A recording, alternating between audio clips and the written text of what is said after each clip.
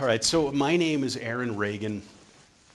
I work in the Cherry Creek School District as a partner of student support.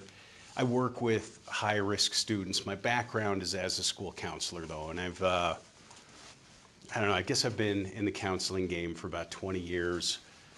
I worked at the Children's Hospital in their inpatient psychiatric unit for a while.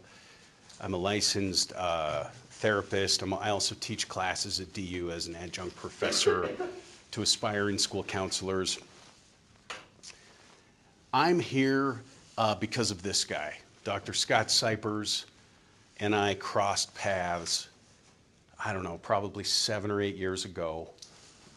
I had just taken a job in the other DCSD, Douglas County School District on the Front Range, and this job had just been created, and I really wanted to do something meaningful to help our system with mental health. So I sent a survey out and I said, what's the #1 mental health concern?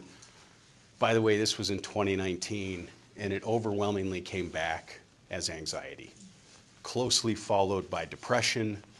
Depression is what you get if you don't treat anxiety. So you kind of get a twofer when you work with anxiety. I went out looking for an expert. I wanted somebody who was down to earth, had a model that was understandable, and most of all, I wanted somebody who was willing to adapt their model to work in the schools. Scott and I met. He was looking for an opportunity to deliver an anxiety model he created called the FACE model, and we kind of started plotting together. Let me ask you guys this question. If you think anxiety is an issue, raise your hand. If you think it's an issue that doesn't just affect students, if you know someone personally in your life who struggles with it, or if you have, raise your hand. Okay.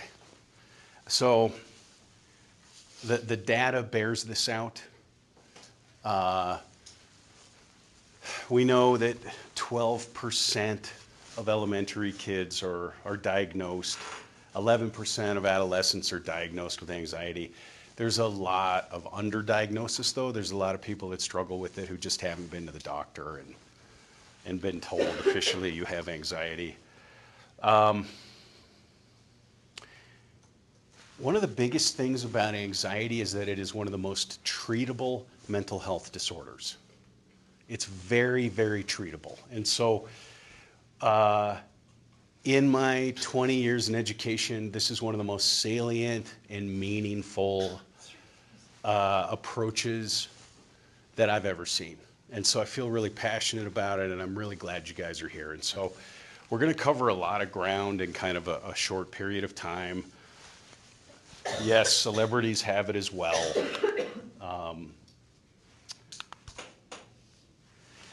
And so in the work that Scott and I did together, I think we've trained close to 4,000 employees in Douglas County over the course of about 4 years. And the trainings looked a little different depending on who we were working with. Counselors, school psychs, social workers, and nurses got a much deeper dive. Teachers, had a 90-minute to 3-hour training, and then we tried to get our as many school resource officers, bus drivers, anybody that wanted trained had an opportunity for it. And so what I'm going to present to you is a very boiled down version. And so this is going to be a little bit like a fire hose. If you've seen this before, raise your hand. If you have seen part 1 okay. This is part 1 again. Are you okay with that? Absolutely. I can hear it all the time. Okay, well, thank you. Thank you for coming back. I'm really glad you guys are here. Okay, so here's what we're going to talk about today. What is an anxiety disorder? What's the function of anxiety? The paradox, the irony of anxiety. How do we conquer it, or at least live with it to the point that we can function in our lives? And then, how do we recognize it? So these are some of the things that we're going to cover today. If I were to throw 2 cobras into the room, what would you do? Make sure I'm on the opposite side of the room. So you're going to leave. Are you going to leave slow or are you going to go? You're going to sprint. You're going to run. Okay, so if you're going to run, if I release a cobra in the room, raise your hand. Okay, these are all the smart people. Okay, is there anybody that's gonna freeze? You're gonna freeze. That's honest and that's pretty accurate. Anybody here gonna fight the cobra? No. I mean, I ask that and you laugh, but when I give this presentation to adolescent boys, half of them are gonna fight that cobra, especially if there's girls in the room. Yeah. I was gonna say circumstantial, I I know, mean, if there's do I kids have in to the room, protect somebody that I'm fighting? Right, are there kids are they my kids, or like? Just these people, you're all on your own. If it's Children, outside of them. How important are these children to me? Are they mine biologically? Do I just like them a lot? So, but I bring this up because anxiety is programmed into us to keep us safe. And it is intentionally programmed in to keep us safe from physical threats, like cobras, like saber-toothed tigers. I was chased by a brown bear in Alaska years ago. And never ran faster.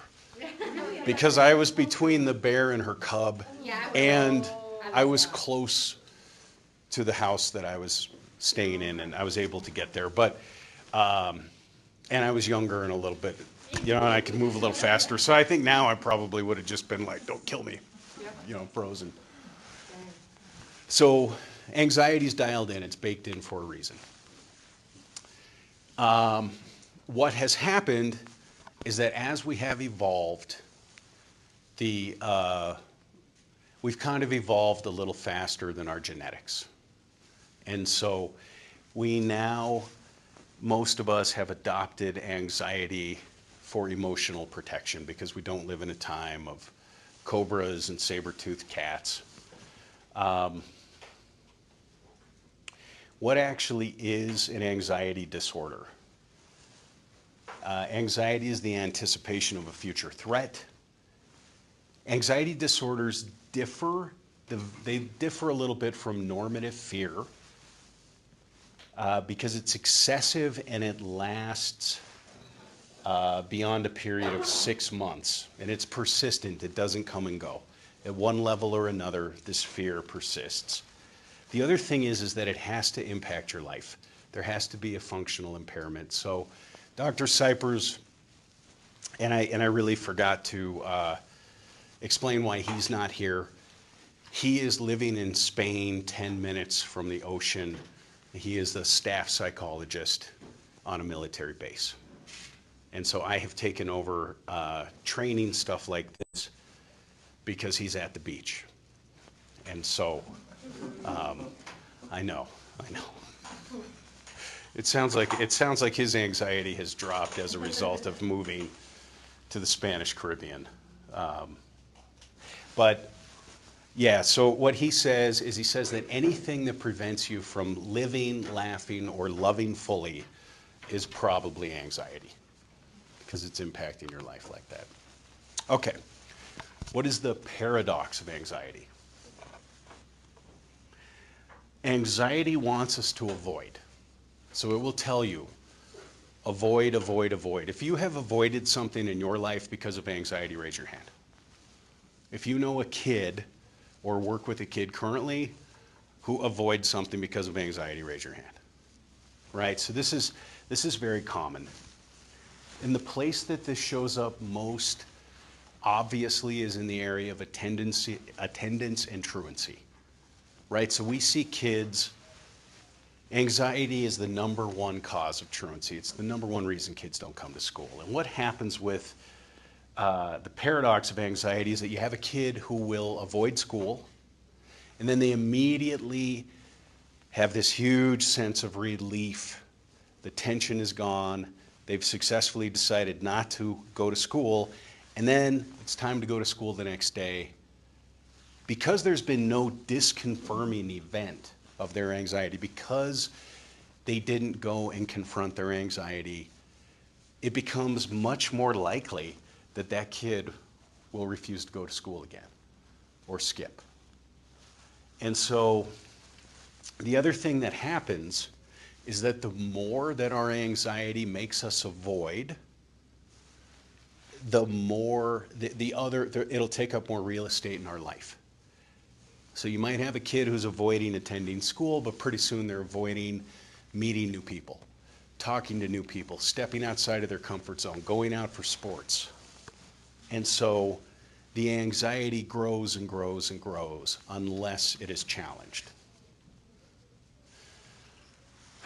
One of the things that I really like about the approach that I'm talking about today, which is called exposure therapy, is that anxiety and challenging anxiety is treated like a skill, much the same way that you learn to swim or you learn karate or you learn to ride a bike. This is the same thing. And so we approach this the same way that we would approach learning anything. It takes practice. So if you're gonna challenge anxiety, you have to do it intentionally, you have to do it over time, and you have to practice. Here's the irony of anxiety. Human beings have, most of us share the same core fears: failure, disappointment, death, being out of control, rejection, and being alone. These are the things that scare the hell out of most people in most cultures throughout the world. The irony is that if one of these things speaks deeply to us and we let it creep into our lives and control our behavior, is that we're gonna attract what we fear the most. It's almost like a self-fulfilling prophecy. So let's say you have a kid who is afraid of rejection, okay? And this high school student, because they don't want to be rejected, they don't talk to new people. And when they are invited to go out and do things socially, because they're afraid of rejection, they don't go. And when and as a result, they close their circle to the point that they find themselves alone. And we have an epidemic right now of loneliness. I believe it is directly related to the epidemic of anxiety. I think that the two go hand in hand. So this is one of the main things, one of the main reasons that we need to fight anxiety. We need to get the word out to people. And if there was one thing that I would have everyone leave here with, it's simply this understanding: anxiety must be challenged or it will get worse. Anxiety must be challenged or it'll get worse. And so, like I said earlier, we treat this like any other skill. But think of it like swimming. One of the things that, as a school counselor, that I have seen over the years is that people will go to therapy, right? And they'll go and they'll talk about their anxiety, but the anxiety persists. And maybe there's some amount of relief in that, but there's a problem in that there's a lot of therapists who aren't trained in how to deal with anxiety appropriately. If you simply talk about swimming, how much better are you going to get at swimming? You know, you have to practice. You have to actively engage with it. Over time, this approach is really pretty successful. Exposure therapy, when practiced consistently, works really well when compared to, especially to a number of other mental health issues. All right, so how do you spot anxiety? Okay. Anybody here spend any time in the nurse's office? The nurse's office at most schools are filled with kids that suffer from anxiety. And it manifests in the form of like tummy aches or headaches or, feeling nauseous. constant reassurance. If a student requires constant reassurance, it's probably anxiety. If you have kids that will not participate in certain things, like PE comes to mind, right? There's a really good chance that, that it's anxiety, but it could be art, it could be music, it could be a number of things. There is Scott's daughter is a really good student, but she never talks in class. She never talks in class. So there are a lot of kids like this who suffer from anxiety. As I mentioned, attendance is a dead bringer giveaway. Accommodation. I'm not talking about 504s here, but when Scott was young, his parents used to take 2 cars to a restaurant. Okay, they would take 2 cars to the restaurant because Scott was afraid to poop in a bathroom that wasn't at home. And so his parents would drive him home so he could poop at home. This is a pretty extreme example of an accommodation that might be made for an anxious child. Okay? Scott didn't learn to poop away from home until he was, I think, in college. And he tells this story, so I'm not like chucking him under the bus here. Locked in thinking or perseveration is another thing. Sometimes you'll see kids that are obsessed with certain things. For my son, it's like it has to do with grades. His school has 2 grading systems. There's a work habits grade, and then there's like the real grade. I don't really get it, but he's always asking his teachers, is this for the real grade or the work habits grade? It drives them crazy, and his mom and I as well. So, okay, this is for parents, okay? These are things that amp up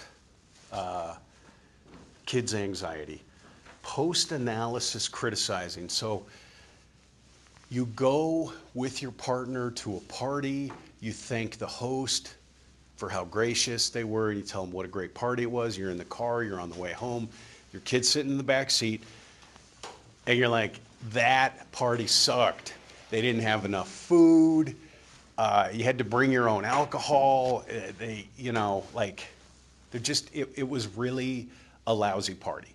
So your kid is hearing that you've delivered one message to the host and now a contrary message behind the scenes, and it makes it very hard for them to trust what you say. And there is, and I think that vulnerability is definitely stronger in a student that's inherently anxious. I mentioned accommodation. Pretending is obvious. If you're pretending things are okay when they're not, kids see right through that. Allowing avoidance behavior. So I've known a lot of really well-intended parents that enable their students, their kids, to avoid things. And they're doing it out of love. But what it ultimately does over time is that it cripples them. Emotional reactivity. Big angry outbursts when something gets spilled or goes wrong. Anxious kids are sensitive. They're really sensitive, and so that's really damaging to them. Anxiety priming. Okay, let me ask you guys this question. Your kid is just turned 17. They're going to their first party. What are you going to tell them? What's your conversation before they go to the party? Don't drink and drive, okay? Be safe. Be safe. Have fun. What's that? Have fun. Oh! Okay. Call me if you need me. Call me if you need me. All right. You guys are pretty good parents. You're pretty good parents. Most people will say, don't leave your drink out. Don't let it out of your sight, because somebody might, And so when you have an anxious kid and they're going to a party, which is already going to make them anxious, a little more you got this and a little less you know, be careful, they're out to get you kind of thing. Because your anxious kids, typically they're gonna be careful anyway, typically. Over assurance. Does everyone know what snowplow parenting is? Like micromanaging kind Kinda, yeah. It's like we used to have helicopter parents who would like hover over their kids, but a snowplow parent, of? We'll take out anything. exactly. They create an open pathway. They remove any barrier to happiness, and they deny their child the opportunity to solve their own problems. They curate their childhood. You have kids who have never arranged to hang out with another kid because they've had play dates planned for them their whole lives. Okay. So those are the things not to do. All right. Now we're going to move into the program here. This is a framed approach. It's really simple. There's a strong emphasis on motivational enhancement. When kids challenge anxiety, it takes courage. So we recognize and we reward that. And so here's the model of the brain, okay? And this is the language that we use to talk to kids about anxiety. You have smart brain, emotion brain, and anxious brain, and we use the metaphor of a band. So the lead singer is smart brain,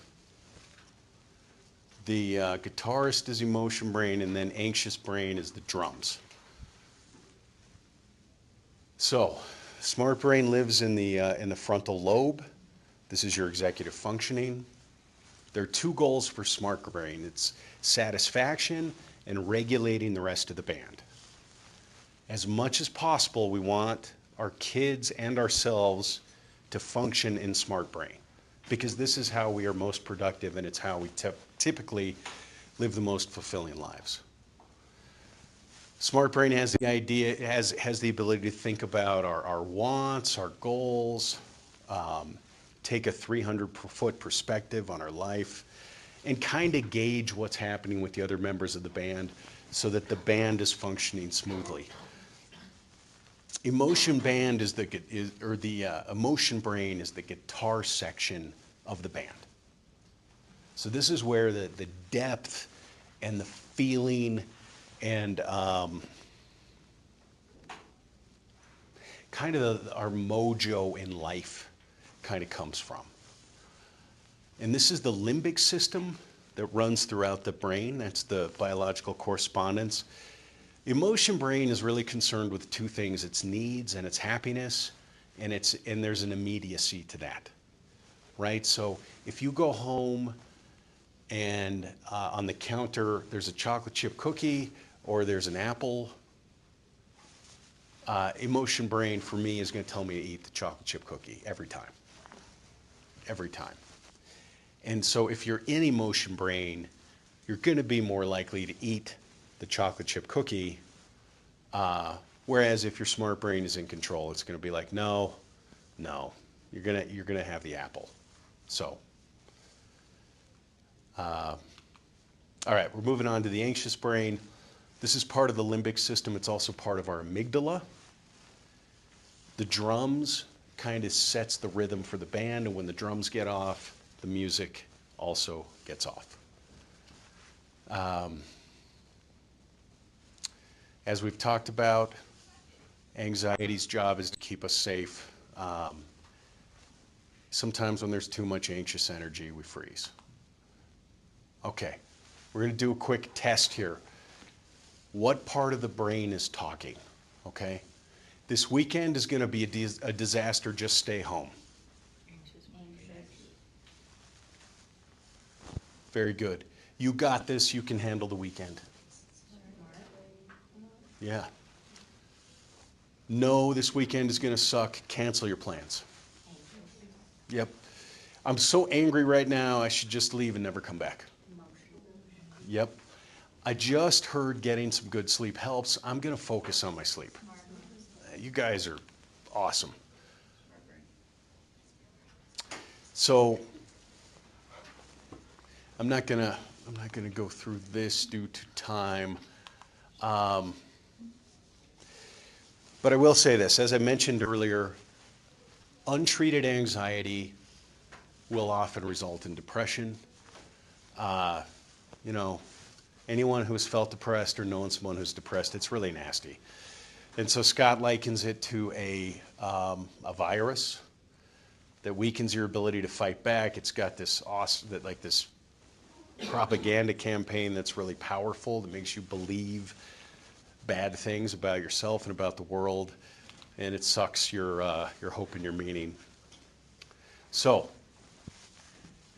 when we work with kids, it's really helpful when I teach this model to have kids kind of recognize what part of their brain they're in. It gives them vernacular, and we have worked with kids from 3rd grade to 12th grade, and they all have the ability to do this. And it's really empowering. One of the things that's really empowering for them is to recognize that they are not their anxiety. Their anxiety is not all of who they are. It's a part of who they are. And so having the ability to have that perspective really helps kids a lot. Also, having this idea of a band is helpful to a lot of kids. It resonates for them. And the different jobs that the parts of their brain do. Okay, this is the FACE model. Okay, so that is the structure of the brain, and this is the model that we use to help kids fight their anxiety. So the F stands for feeling anxious, and there's 2 parts to this, and it's really simple. The first part is a scaling question. So I'll ask a student on a scale of 1 to 10, how bad is your anxiety? And if it's over a 5, it's worth looking at. So if a student is anxious, then we employ calming skills to help them calm down. When they can calm down and you ask them, how anxious are you now? And they're a 5 or below, then they're back in smart brain. Now we can take the next step, which is the A step, acknowledge and attack worry brain. Okay, so if there is a cobra sitting there staring at you eye level, and I'm telling you to listen to me, what are you going to pay attention to? The cobra, right? So we have to acknowledge and recognize what the student's worry is. Okay? And there's an activity called the hot seat activity. We're going to explore that in a few minutes. The C step is charge, and this is where we set up a challenge which is custom built to address the student's anxiety and to do it in a way that's responsible. We're not going to throw a kid into the deep end of the pool and expect them to swim. We're going to start with something manageable, and then we are going to gradually increase that challenge over time, like steps on stairs. And we'll get more into that toward the end. The last step is after the kid does the challenge, then you evaluate with them. And this is really important. How did it go? Was it worse than you thought it would be? Was your anxiety right? 90% of the time, anxiety is not, it's wrong. It's never as bad as the kid imagines. And then you give them kudos for having the courage to challenge their anxiety. Okay, that's the big broad overview. This F step, feeling anxious, like I said, we ask a scaling question. Sometimes kids misunderstand anxiety for something else. Sometimes anxiety is mistaken for excitement, right? Because the symptoms are really similar. And so it's helpful to reframe that. But it's helpful to understand what are the feelings that come out with your anxiety? I mean, aside from being anxious, and then do you have behaviors associated with it? You know, some people do a lot of hand washing. Some people pick their fingernails. There's a lot of little behaviors that it's helpful for a student to understand how their anxiety manifests. Okay. Calming skills are incredibly important, and every kid should have at least 2. And there are 5 rules. Number 1, it has to work. Number 2, it can't draw attention to themselves. Number 3, it has to be safe, portable, so you can take it and use it different places. And then the 5th one is that it can't lead to avoidance. So a lot of kids will say that their calming mechanism is watching YouTube or playing video games. Very few students I know can do that in 5 minutes and then cut themselves off. Okay. We have a number of different buckets of calming skills. From the body bucket, we have breathing. There's exercising. PMR is progressive muscle relaxation, where you kind of flex different parts of your body. Stretching. Let's all take a collective breath together. And what I'd like you to do is to breathe in through your nose. I'm going to count to 4, and then you're going to hold it for 4, and then you're going to blow out for 4. Okay? But if you, what I like to do is I like to put my feet flat on the floor. I like to settle into your seat. You can close your eyes if you want. And please inhale. 1, 2, 3, 4. Hold your breath. 1, 2, 3, 4. Exhale through your mouth like you're blowing out hot soup. 1, 2, 3, 4. So, and I could tell just by looking at you that some of you are incredibly good at that, and you've done a lot. So, breathing, really helpful.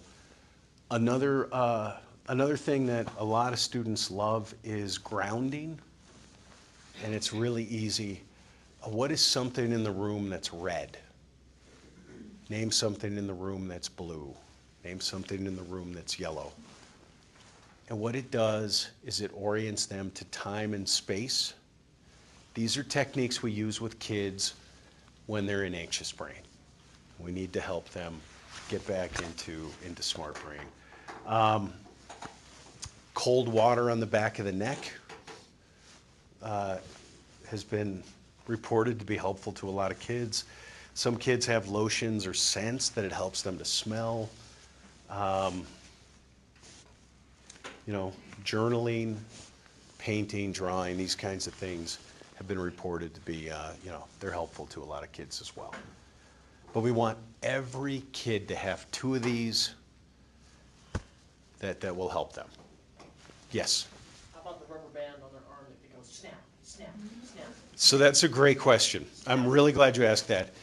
The issue with the rubber band is that we don't want anything that's going to cause injury. You know, so as long as it doesn't cause injury, because it kind of it's questionable around the safe thing, and it could. There's also this way that if the sting from that is attractive to a kid, it could lead to a progression of more self-harm, which could be a concern. Like you don't want somebody using an eraser on their arm or something. But I would say that if it stops with the rubber band, and you know, if it helps, maybe. Good question though.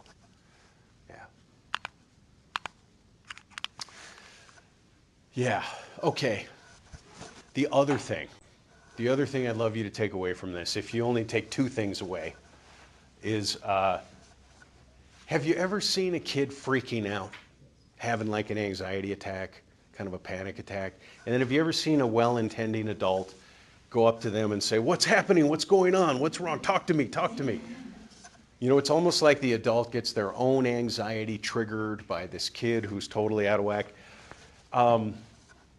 You can't expect a kid who is in that heightened state of arousal to respond to your questions, because they can't. You're asking them to do something they can't. So if you see a kid who's really in distress like that, give them water, give them space, let them calm down, and then you can have that conversation, okay? But we can't engage in anxiety work with kids that are that aroused. Okay. All right, the A step. This is where we acknowledge and we attack anxiety. There's a number of ways to help kids challenge their anxiety. I'm going to go through these really quick for the sake of time, but perspective is one of them. Worry brain, you only see the bad that can happen. Here's some good things. Evidence. Worry brain, where's your proof? Because anxiety is irrational.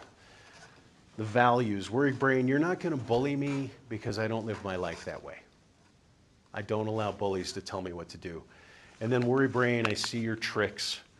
There's a number of things that anxiety wants us to do. One of them is to procrastinate. Another one is this idea that deep down you know you don't want to go to school.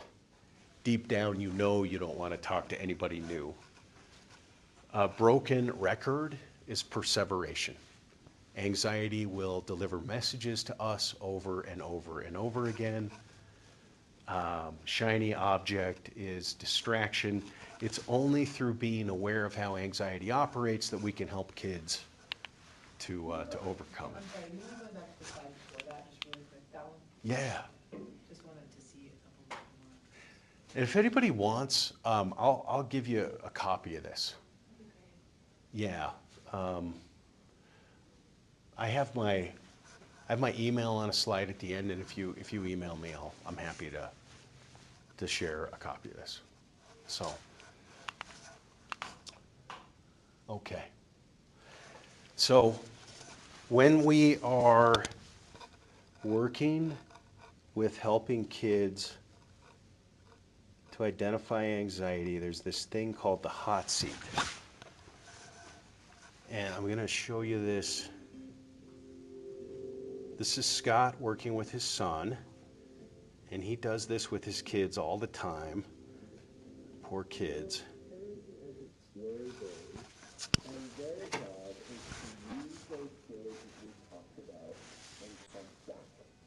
So I've invited my child Evan, who's about to enter middle school, to demonstrate this exercise. And again, remember folks, we've done a lot of practicals like this, but now we're going to show it to you in kind of live. You ready, buddy? Yes. I'm going to be worry brain and give worries about the start of 6th grade, which Evan is about to go into. And Evan, who are you going to be? I'm gonna be smart brain And what's your job? to fight back the worries. You got it. So here we go. You are going to make no friends next year in middle school. It's going to be the worst experience. Or so you think. I'm gonna make a ton of friends. No, deep down, you know the truth. It's going to be a disaster next year. in middle That's school. just one of your tricks. I've always been able to make friends anywhere I've gone. Yeah, but you know what? Math is going to be so much harder next year, and everyone's going to see how bad you are at math. It's Don't gonna do be it. easy. I placed into 7. It's gonna be fun. No, you know it's going to be really bad. Or so you think. It's gonna be really fun. All you do is bring people down, not bring people up. Okay. So that's the hot seat, and it looks very similar with adults too, you know, but it's really powerful. And I know it seems a little awkward, but the hot seat works. So next we move to the C step, and this is where we actually design a challenge in conjunction with the student where they can uniquely challenge their anxiety. Okay, and so In doing that, we problem solve, and I'm gonna show you how all this comes together in a minute. The final step is that we evaluate how it went. You know, was your worry right? What are you gonna do when your worry brain tries to punish you next time around? Because we want kids to know anxiety doesn't just go away. This is a practice. And how can I stop it and continue to go forward? So, all right. Anybody here heard of Bean Boozled? Okay, so we are going to do an anxiety exposure together right now. How much time do I have? Anybody know? 17 minutes. Okay, good. Oh, good. That's more than I thought. Oh, just take one. Yeah, you share. Okay, so the deal with Bean Boozled, you guys, is that there's a good tasting jelly bean and there's a nasty one, but you don't know until you eat it what kind you have, okay? You could share one. Yeah. And so my Peanut butter? Or snot? Or snot. Barf. You could have barf. If you give me barf. I have made some people take this like personally, like I did something to them, I'll just keep my hand. but okay. Oh, just share them. It's good. I'll take one. I'm gonna you choose which one I get. Okay. All right. I'll take that one. Okay. It's got spots on it. Or pear, I'm not sure. If it's pear, I'll drink. I'm gonna say Oh, it's gonna be green anyway. There you go. You get a choice. Okay. So. All right. So these are your choices. So I either have booger or juicy pear. It's pleasant. I'm just kidding. Booger's nasty. It's okay. So no, don't eat it yet. Don't eat it. Okay, good. All right. Does everyone have one? Because we're gonna do this together. All right. So here's what we're gonna do. I'm gonna walk you through the face model, but I'm wondering, does this make anybody anxious? Makes you. How anxious does it make you on a scale of 1 to 10? I'm already having a panic attack from just being today, and so like I can't tell you that. answer. So like 7 or higher, I maybe? don't know, I don't like vomit. It could be vomit. I'm not. Would you be willing to come up and And let us witness you vomit. No. Like, can I walk you through the face model in front of the class? Because the camera's here. It wants to see you. Would you mind? You got this. Let's give her a hand. It takes courage to challenge your anxiety. Thank you for coming. All right. So I'm gonna. So we're in the F of the face model. Okay, guys. All right. So first of all, remind me of your name. Victoria. Victoria, yes, I remember now. Victoria, do you accept this challenge? Yes. So Victoria accepts. What level is your anxiety right now, 1 to 10?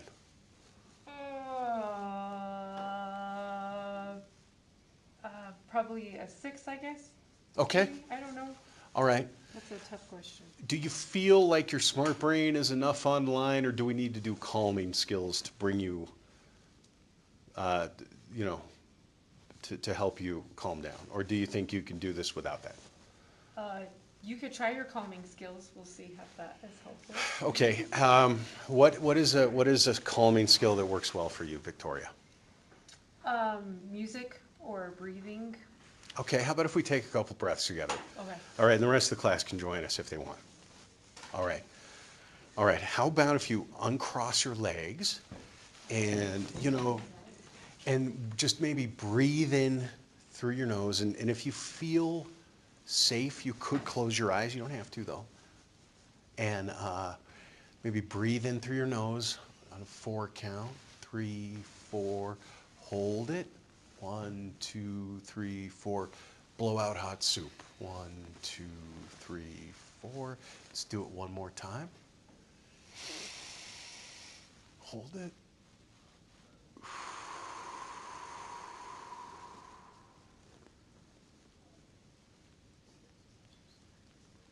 Okay, Victoria, great job. Where's your anxiety at now, 1 to 10? It's better now. Okay, so 5 or below? Sure. Great, that's what I was hoping for. So, all right, now that we have your smart brain back online, what are you worried about with this challenge? The taste of vomit. Okay, that's fair, that's fair. Now, what are you, so listen, I'm gonna be your worried brain, okay? Okay. And I want you to talk back to me. Don't let me get the best of you, okay? Because I'm going to make you worry about this more, but I want you to fight back, okay?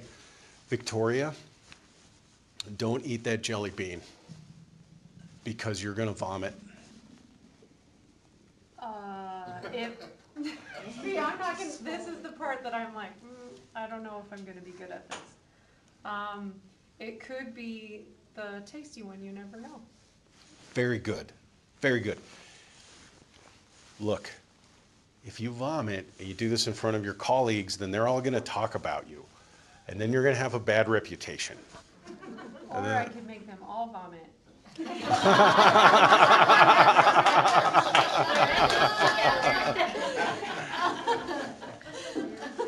Look, why do something you don't want to do? I mean, this is like a PD day. There's people over there learning about AI. Don't do it. Nobody wants to do PDEAs, but we all have to do them, so we're, might as well have some fun. Might as well have some fun. Great job. Let's give her a hand. Okay, stay up here for one more minute. One more minute. One more minute. Okay. All right. So, okay. So you guys, now, if Victoria were really worried that she might throw up, what are some ways we could help her? Trash can. Get her a trash can, absolutely.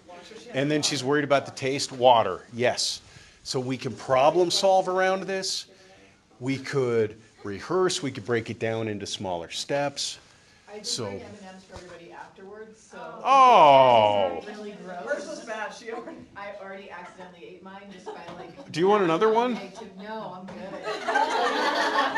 But some of you are gonna have. I should have told you not to eat it. Okay, all right. So Victoria, go on back. You can sit down, and then we're going to evaluate afterward. But all right. So everyone, now is the time.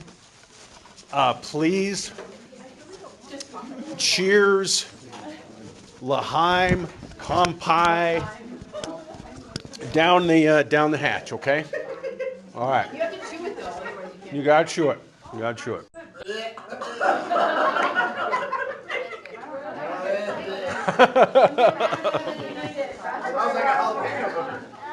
Oh. Oh.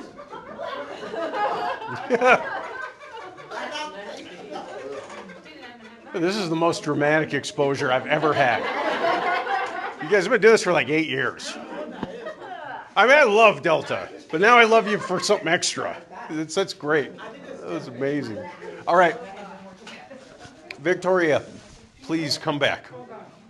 Please come back. All right. So you guys, Victoria just challenged her anxiety. She did great. Pound it. So let me ask you this. Was your anxiety right? No. No. You didn't throw up in No. front of us? I didn't throw up in front of you, and it was the good one. It was the delicious one. Okay, that's awesome. Now, let me ask you this. How can you keep your anxiety from winning next time? Because you know anxiety is a sore loser.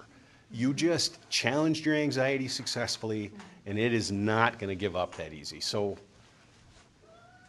I have to speak back to it instead of letting it boss me around. Okay. Excellent. You guys, let's give Victoria a hand. Thank you for volunteering, seriously. You did awesome. Now you have another joke. So, you guys, this is what the face model looks like. That's how you implement it. We have another 8 minutes. Okay. So, what I'm going to touch on right now is building game plans or hierarchies for kids. As a teacher, I don't really expect you guys to do this, but I just want to give you a peek behind the curtain so that you have a sense of what it can look like.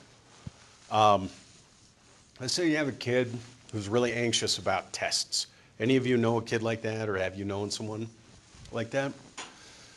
So we start with something really easy, watching test fails on YouTube. We set these up by interviewing the student. And so I might say, what causes you the least amount of stress? And I might suggest, how stressful would it be for you to watch test fails on YouTube? It's a 0. How about taking a test untimed with no real grade attached to it outside the classroom? We are manipulating certain variables here. We're talking about time, we're talking about location, and we're talking about the importance of the test.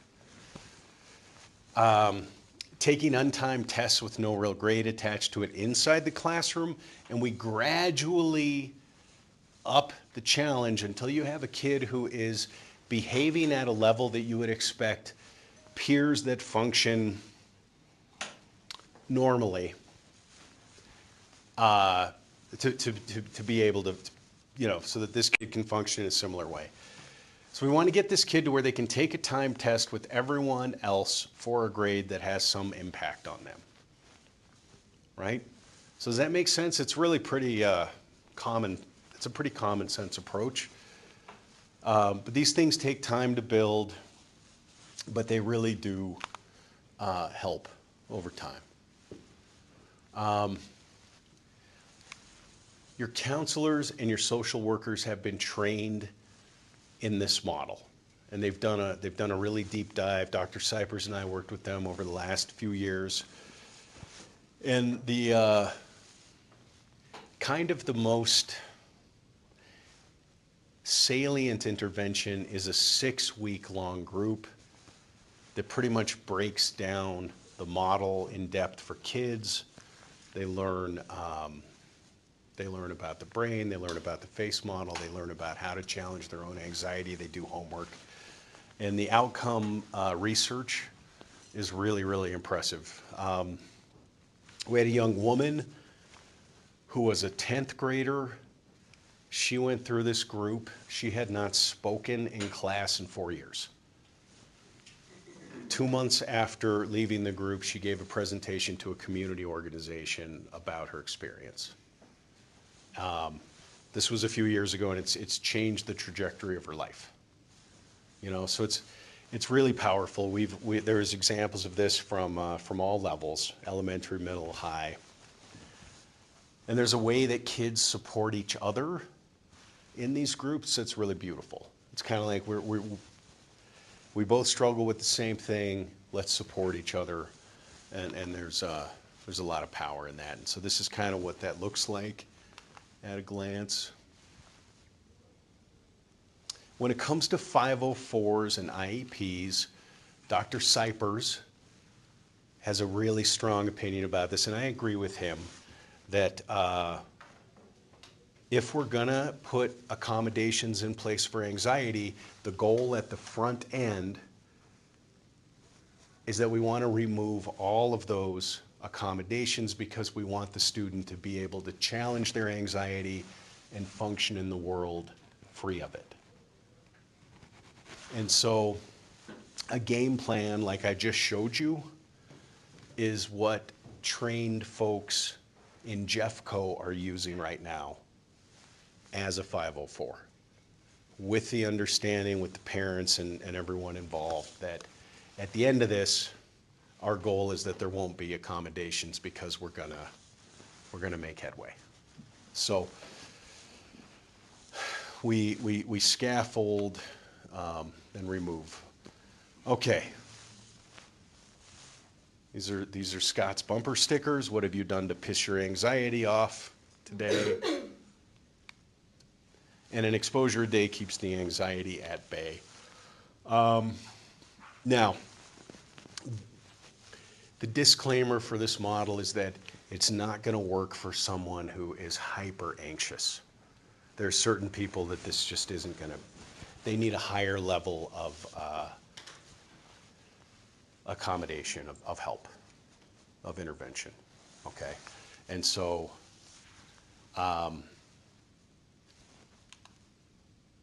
here's some referrals. All right. Would anyone care to share something that they're going to stop doing after seeing this presentation with regard to anxiety?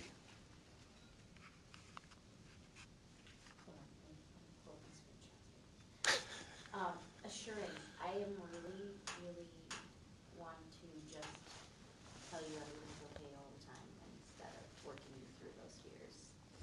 Like, no, you're fine, it's okay, you got this, without like really putting in any steps into place for that assurance. Thank you. I appreciate that. And I think that most kind, well-intended people I know do that for kind and well-intended purposes. Yeah. Is there anything that someone's going to keep doing as a result of something they've seen here? Yeah.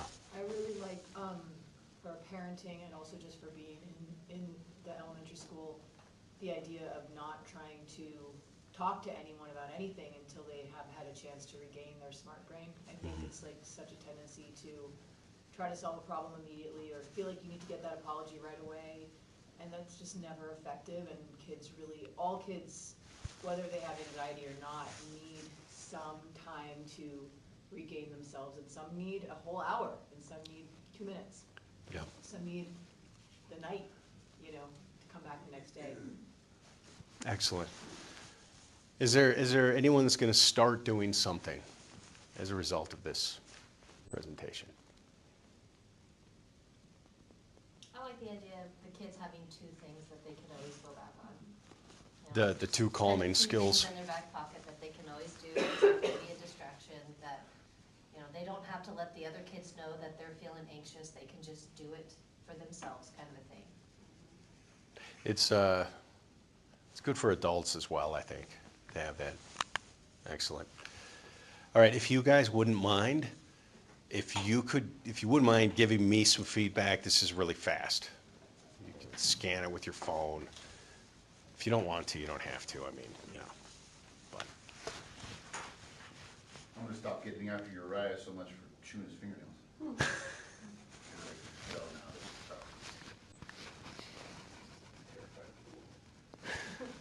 no, I get it. I get it.